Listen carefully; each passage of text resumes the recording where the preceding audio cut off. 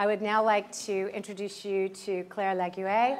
Claire is from Sydney, but before that, she is from France. She lives here in Australia now, another great part of the immigrant community here in Australia. And she and her husband, Cedric, have two beautiful boys, Elliot, who is 3, and Oscar, who is 1. Elliot was diagnosed with KCNQ2 at the age of 1 year old.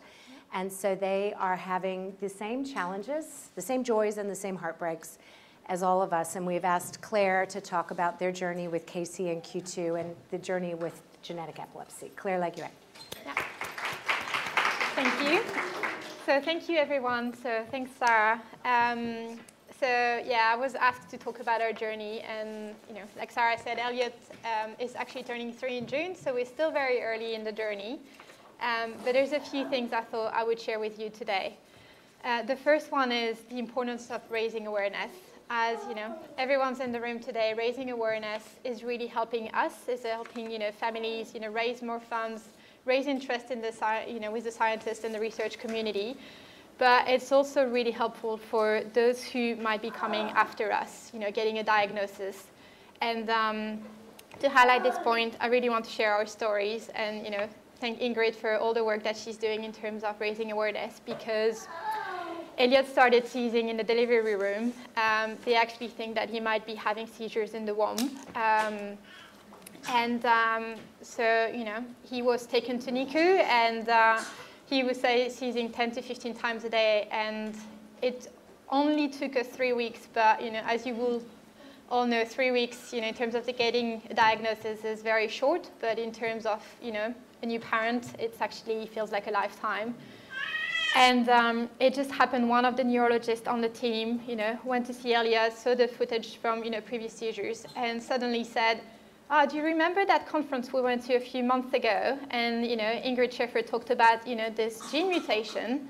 I think that might be it. And so Elliot got put on Dilantin, and very luckily was seizure-free within a few hours. And his seizures have been pretty well managed since then. So raising awareness is important for those after us as well. I want to share, this is Elliot and our family. So obviously, cutest kid, I think. And so the second thing I wanted to chat today about is obviously how it affects everyone. It affects Elliot. Obviously, he's the first one affected because he's learning to live with this condition. But the truth is that he actually doesn't know any better. He was born with it. So we see it as parents, that it's a role, like any parent, but to really help him be the best that he can be. But also, and probably even more importantly, teach him to be resilient and to be as strong as he can be, because he's going to face challenges in the modern world and stigma that no parent wants their child to be facing. And it's the same for Oscar, having to learn, to live with a sibling that has, a condition so rare and serious. But it also affects, obviously it affects, my husband and I, but it affects also, the broader family and our friends. And it's been a journey for us, because obviously most of the time they support us, but sometimes we actually have to support them because they're just at a loss in terms of how they can help us. And it's been interesting, and it's been a challenge to recognize that. And I'm sure a lot of you in the room are sharing the same challenges. The last thing I want to share is some tips and tricks that have been working for us. So the first one is we're very strong believers, and so it's probably the French background, but French are really good in terms of early intervention. Some countries are better than others, but for Elliot, it was really important for us to make sure that he was getting the support, the medical support he needed very early on. So, poor him started physio when he was about 10 weeks old. We tried to get him on speech and OT as quickly as we could. And to Ingrid's point a bit earlier, some therapies are going to work better than others, and it took us to see about 5 speech therapists before we found the right one who was actually connecting with Elliot and helping him make progress. So really, actually saying, what works and what doesn't, and calling it, for the child's condition, the child himself, him or herself, but also the family. So, some therapists, it just didn't work with us as a family.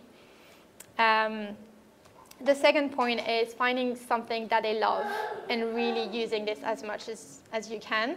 So you can probably see, there's a lot of pictures with food, and that's because Elliot just adores food. He's obsessed with it, loves it. My husband texted me earlier saying he was a bit cranky, just got him to bake a cake.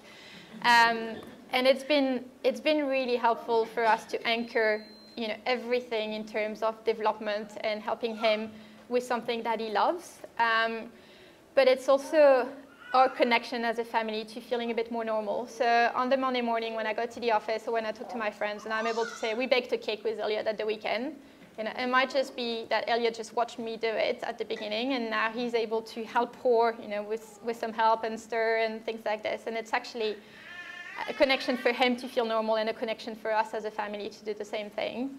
And then the last thing is to build their confidence and your confidence as much as possible. And obviously it's true for every child. Every child you want to build their confidence. And I think it's actually even more critical for our kids. And if anything, it's so much more challenging because sometimes you don't get the same level of response. So, and I can see it with our younger kid, it's just different interactions. But it's different milestones. So for Elliot, it was actually, learning to sit on the floor for an activity and actually facing the right way. Or it's clapping his hand at the right time when we sing a song. And those are enormous milestones that most parents actually don't even realize because it just happens. But he sees the look in our eyes, and we're so proud of him when he does it. And he's so proud of himself to be able to do it as well. And that just keeps him, the confidence to keep going. And that gives us the confidence to keep going and to keep fighting. And as a family, that's what we do on an everyday basis, and that's what gives us the motivation to keep going. So thank you. Thank you.